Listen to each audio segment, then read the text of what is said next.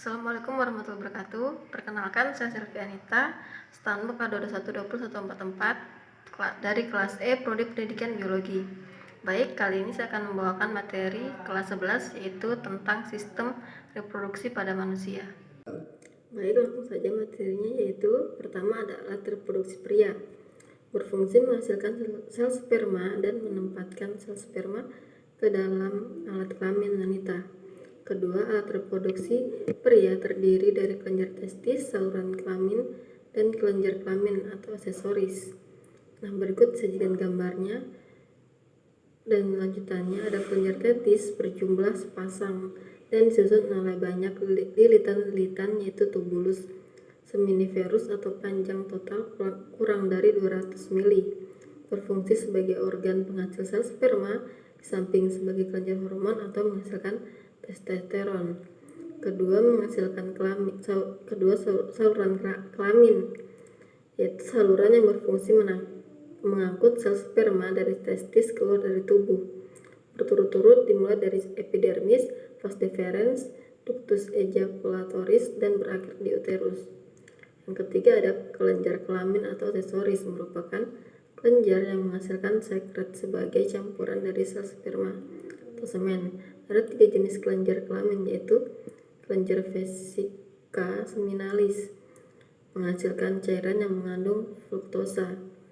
Kedua ada prostat, menghasilkan cairan alkalis. Yang ketiga ada uretra, menghasilkan sekret lain. Baik, selanjutnya kita membahas alat reproduksi wanita. Yang pertama, berfungsi menghasilkan sel ovum, juga berfungsi menerima sel sperma dan memberikan tempat berkembang bagi embrio bagi tubuh setelah fertilasi. Dua, terdiri dari ovarium, saluran kelamin, dan kelenjar kelamin atau aksesoris. Baik, nanti ada penjelasan mengenai gambar berikut. Pertama ada ovarium berjumlah sepasang dan berbentuk oval seukuran kacang.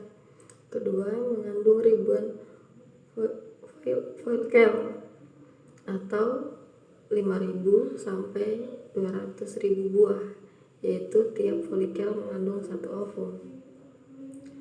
Kedua, ada saluran kelamin menghubungkan ovarium ke uterus, terdiri dari berturut-turut primbria, tuba falopi, uterus atau rahim, dan vagina. Ketiga, ada kelenjar kelamin atau aksesoris, kelenjar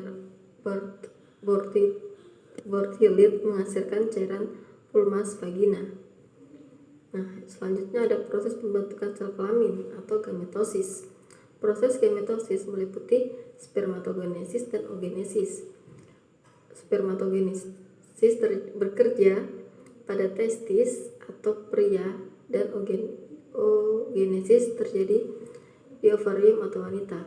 Pertama ada spermatogenesis, dimulai pada saat pubertas. Kedua, setiap sel spermatogonia menghasilkan 4 sel sperma fungsional. Baik, nanti akan disediakan gambar di samping. Kedua, ada oogenesis, merupakan proses pembentukan sel ovum di dalam ovarium, dimulai pada saat masih embrio dan diteruskan sampai pubertas.